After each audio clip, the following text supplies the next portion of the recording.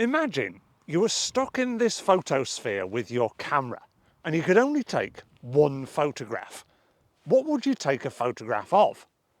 If you said this, then you'd be in the same boat as the majority of other people watching this video. Why? Well, it's an obvious subject. It stands out above everything else within the photosphere, so why wouldn't we photograph it? The problem comes though, if we were all in this situation, we'd all start taking very samey photographs, and we'd have to do a lot to make our photographs stand out in a very repetitive crowd. Although being stuck in a photosphere may sound like a very far-fetched concept, we find ourselves in a similar situation more often than you might think. Every time we go to photograph a famous landmark or a well-known view, our photographs have got to compete against everybody else's. So today I've decided to visit our photosphere, albeit on a less than inspiring day than when the Google streetcar visited. But anyway, what I'd like to do is take an obvious subject and turn it into extraordinary photographs. One of my favourite quotes uttered by a photographer fell from the very poetic lips of satirical street photographer Elliot Erwitt. He said, "To me, photography is an art of observation. It has little to do with the things that you see and everything to do with the way that you see them." Now I think most photographers, probably you included, do what I call subject-based photography.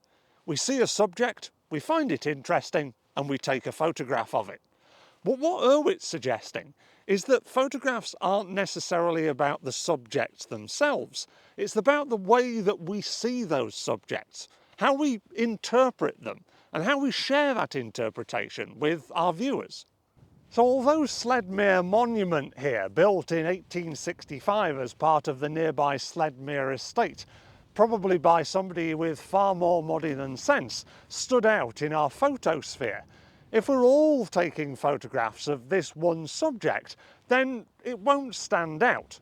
Instead, what we need to do is forget about the subject itself, but rely on how we see it in order to make our photographs stand out in the crowd.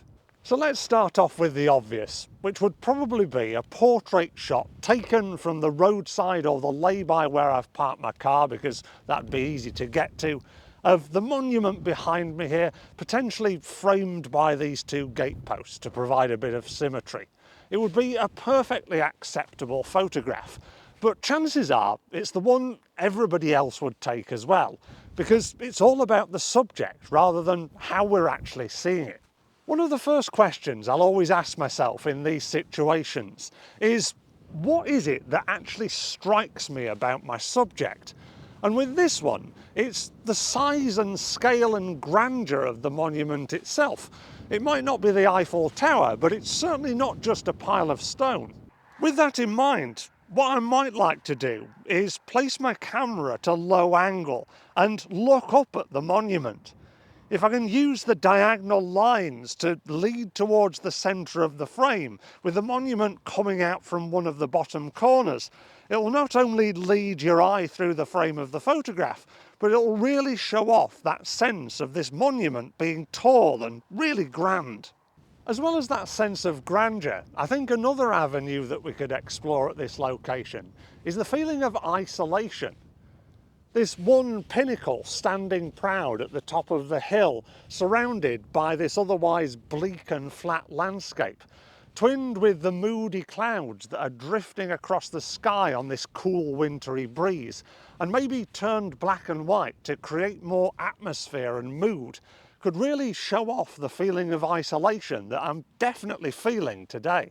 The closer you get to this monument, the more you see the intricate details of the carvings in the stonework.